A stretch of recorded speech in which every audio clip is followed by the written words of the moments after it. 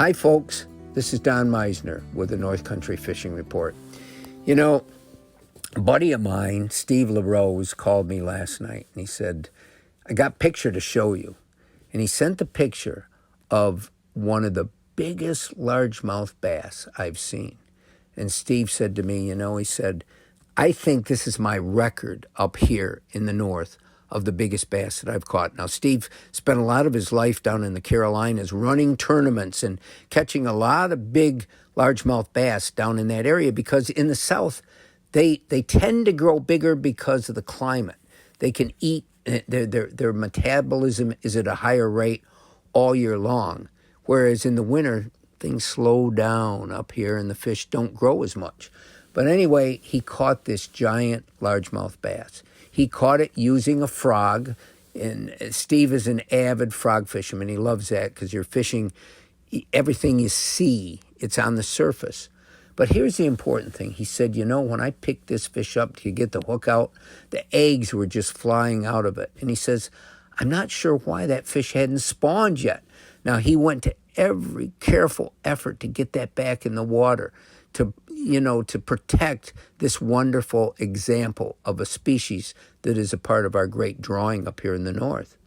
But here's what it really represents to me. Number one, there's huge largemouth bass in our area. Don't kid yourself. We've got some dandies. And most of the pros that come here, they just fish for smallmouth because they think they're going to be the bigger, heavier offering.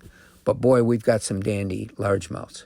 But more important, the lesson from this is that it seems that fish tend to spawn. They don't all spawn at the same time.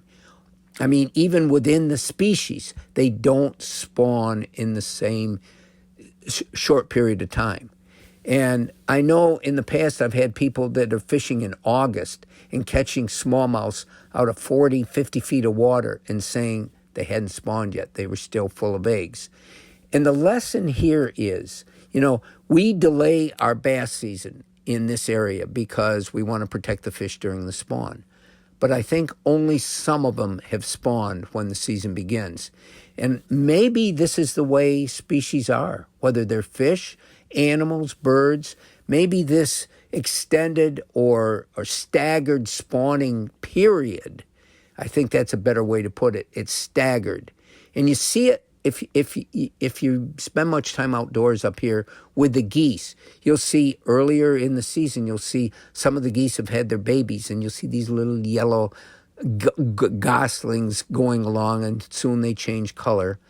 And then maybe 3 weeks later, you'll see another group of geese that just have had their little babies. And maybe this is the way nature is to protect all of our different species so that not all of them spawn or mate at the same time, so that if some catastrophe happens, the majority of the population is still okay. They aren't all wiped out.